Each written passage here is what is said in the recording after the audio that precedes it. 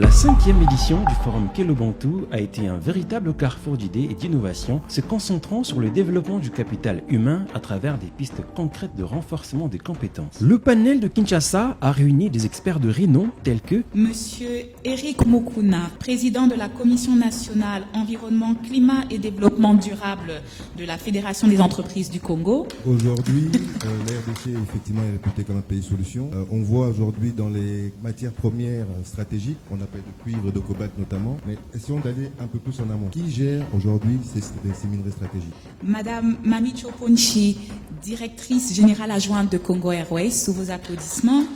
Ici, un grand problème d'accès à l'information. Donc, les réunions qu'on parle de la transition écologique sont tenues généralement dans des espaces IP comme celle-ci. Donc, on a vraiment une population de plus de 100 millions, dont ici nous ne représentons même pas 0%. Et c'est nous qui avons accès à l'information. Pourtant, la population généralement locale qui peuvent beaucoup contribuer pour la protection de l'environnement. Nous avons aussi un problème vraiment accentué sur la formation. La formation n'est pas inclusive. Madame Marie-Chantal Kaninda, présidente de Glencore RDC, sous vos applaudissements également. Et quand on parle du cobalt, mais je pense qu'on pourrait parler des autres minerais critiques de la RDC. Et aujourd'hui, en fait, la plupart de nos productions vont vers la Chine, n'est-ce pas? Et particulièrement le cobalt.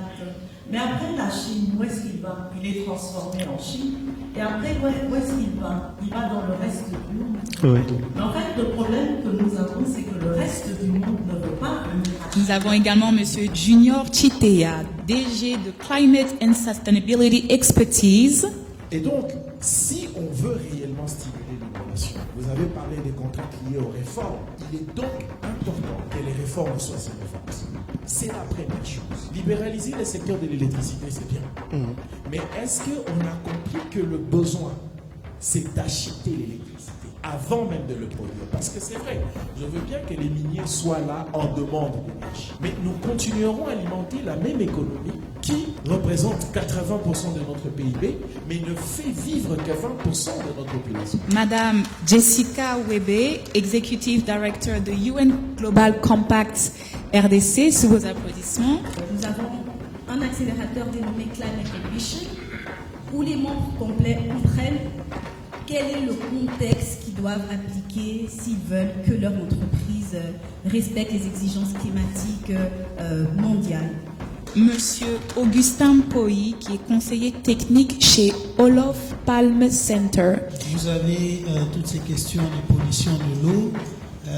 On arrive à vivre des situations à des rivières et des ruisseaux qui sont en train de sécher du fait du changement climatique. Il y a l'appauvrissement des sols qui affecte sérieusement les populations en termes de sécurité alimentaire. Il y a la sécheresse qui persiste et la hausse de la température. Voilà, la RDC n'est pas à l'abri. Nous faisons partie du système mondial et nous sommes victimes, on les sent au quotidien, des impacts négatifs